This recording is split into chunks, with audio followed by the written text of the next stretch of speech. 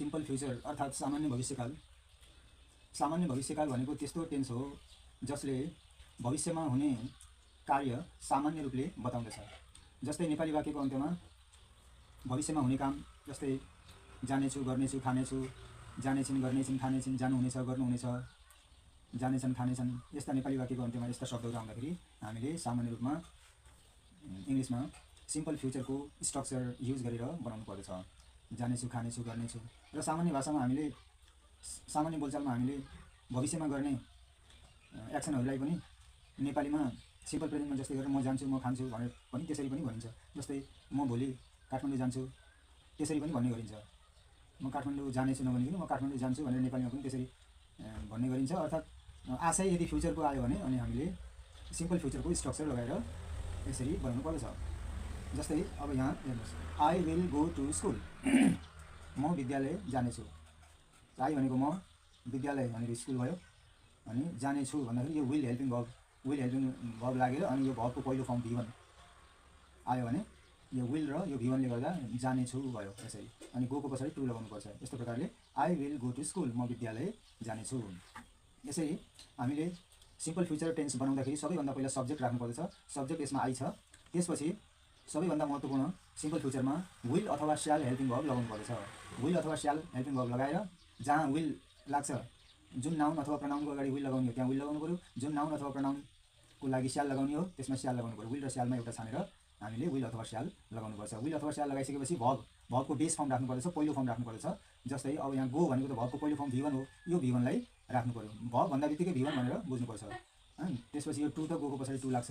अनि त्यसपछि अब्जेक्ट आउने नै भयो, यो कमन भयो अब्जेक्ट, यो स्कुल अब्जेक्ट भयो। यस प्रकारले के भयो त I will go to school, म विद्यालय जानेछु भयो। अब यसमा विल कसरी लगाउने, स्याल कसरी लगाउने त्यो बुझ्नुपर्छ।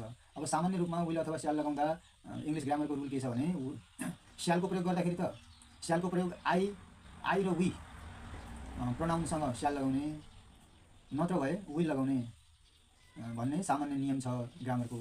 आई र वीसँग स्याल लगाउने सामान्य रूपमा, अनि सामान्य रूपमा आई र वी बाहेक अरू प्रोनाउनसँग he, she, it, they, you, अनि कुनै एउटा व्यक्तिको नाम, कुनै एउटा वस्तुको नाम, दुई वा दुईभन्दा बढी व्यक्ति वस्तुको नामलाई पनि नाम आएको छ भने पनि विल लगाउने, नत्र भए सामान्य रूपमा आई वी प्रोनाउनसँग स्याल लगाउनुपर्छ। यो सामान्य नियम हो। तर आजभोलि विलको प्रयोग सबै नाउन अथवा प्रनाउनमा सामान्य रूपमा प्रयोग गरिएको छ। यदि तपाईँलाई आई वी कहाँ, यो स्याल कहाँ लगाउने, विल कहाँ लगाउने त्यस्तो कन्फ्युजन हुन्छ भने पनि अब तपाईँले विल लगाउनु भयो भने पनि जस्तै सबै नाउन अथवा प्रनाउनमा, जस्तै I, we, he, she, it, they, यी सबैमा पनि तपाईँले विल लगाउन सक्नुहुन्छ। I will, we will, he will, she will, it will, यो गल्ती हुँदैन। आजभोलि विलको प्रयोग सबै नाउन अथवा प्रनाउनको लागि गरिन्छ। तर सामान्य रूपमा ग्रामरको नियम, ग्रामरले के भन्छ भन्दाखेरि आई र वीसँग स्याल लगाउने, नत्र अरूसँग विल लगाउने सामान्य रूपमा भनेर यसरी भनेको छ। यस प्रकारले तपाईँले यो स्ट्रक्चर प्रयोग गरेर तपाईँले जति पनि सेन्टेन्सहरू छन् भविष्यकाल जनाउने ती सबै सेन्टेन्सहरू बनाउन सक्नुहुन्छ। त्यस्तै प्रकारले अब यो सेन्टेन्सलाई नेगेटिभ कसरी बनाउने त्यो गाह्रो छैन, अत्यन्त सरल छ यहाँ। अब हेर्नुहोस् यहाँ, अब नेगेटिभ बनाउनु पऱ्यो। अब नेगेटिभ यसरी बनाउनु, नेगेटिभ भनेको त नकारात्मक हो। I will go to school, म विद्यालय जानेछु, म विद्यालय जाने छैन भनेको त नेगेटिभ हुने, नकारात्मक। अब कसरी बनाउने भन्दाखेरि एकदम सजिलो, सबै त्यही सार्ने हो। विल अथवा स्यालको पछाडि नट थपिदिनु, यहाँ त विल मात्रै छ। अब यहाँ हेर्नुहोस्, आई भयो अनि त्यसपछि यहाँ विल, यो जस्ताको जस्तै लेख्ने, विल पछाडि के गर्ने त नट थपिदिने यसरी। अब यसरी गर्न पनि सक्नुहुन्छ। विल र नटलाई अलग अलग लेखेर पनि गर्न सक्नुहुन्छ। विल र नटलाई सँगै जोडेर यसलाई कन्ट्र्याक्सन फर्ममा अथवा सर्ट फर्ममा पनि यसरी लेख्न सक्नुहुन्छ। विल र नटलाई मिलाएपछि वोन्ट हुन्छ, WON''T। यसरी तपाईँले सर्ट फर्ममा अथवा कन्ट्र्याक्टेड फर्ममा पनि वोन्ट लेख्न सक्नुहुन्छ। आई विल नट लेखे पनि भयो, अथवा दुईटैलाई जोडेर कन्ट्र्याक्टेड फर्म अथवा सर्ट फर्ममा पनि तपाईँले लेख्न सक्नुहुन्छ है। दुईटैको अर्थ एउटै हुन्छ, अलिकति सुन्दाखेरि अलग लाग्ने हो। अनि सामान्य बोलचालमा सर्ट फर्मको नै धेरै प्रयोग हुन्छ, त्यही भएर यो यति फरक हो, नत्र अर्थमा आशयमा फरक हुँदैन। अब आई विल नट, अरू जस्ताको जस्तै राख्ने, विलको पछाडि नट थपिदिने, त्यति हो। अब यसमा बुझ्नुपर्ने अरू कुरा केही छैन। आई विल नट भयो, त्यसपछि अरू जस्ताको जस्तै यहाँ यसरी गो भयो, गो अनि गो टु स्कुल। अनि यसको नेपालीमा के भयो त, नेपालीमा त्यही भयो, म विद्यालय जाने छैन। यहाँ म विद्यालय जानेछु छ, नट लगाएपछि म विद्यालय जाने छैन भइहाल्यो। यस्तो तरिकाले भयो। अब यो त नेगेटिभ भयो।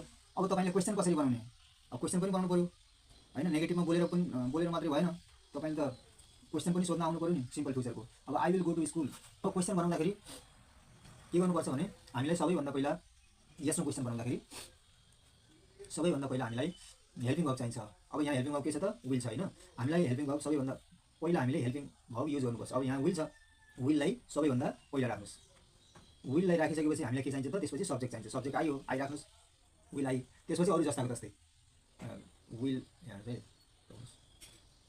पहिला विललाई राख्ने, त्यसपछि आई, विल आई, त्यसपछि अरू जस्ताको जस्तै will I go to school, त्यसपछि क्वेसन मार्क राख्नुपर्छ।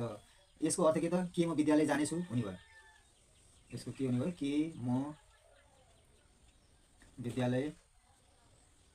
म विद्यालय जानेछु,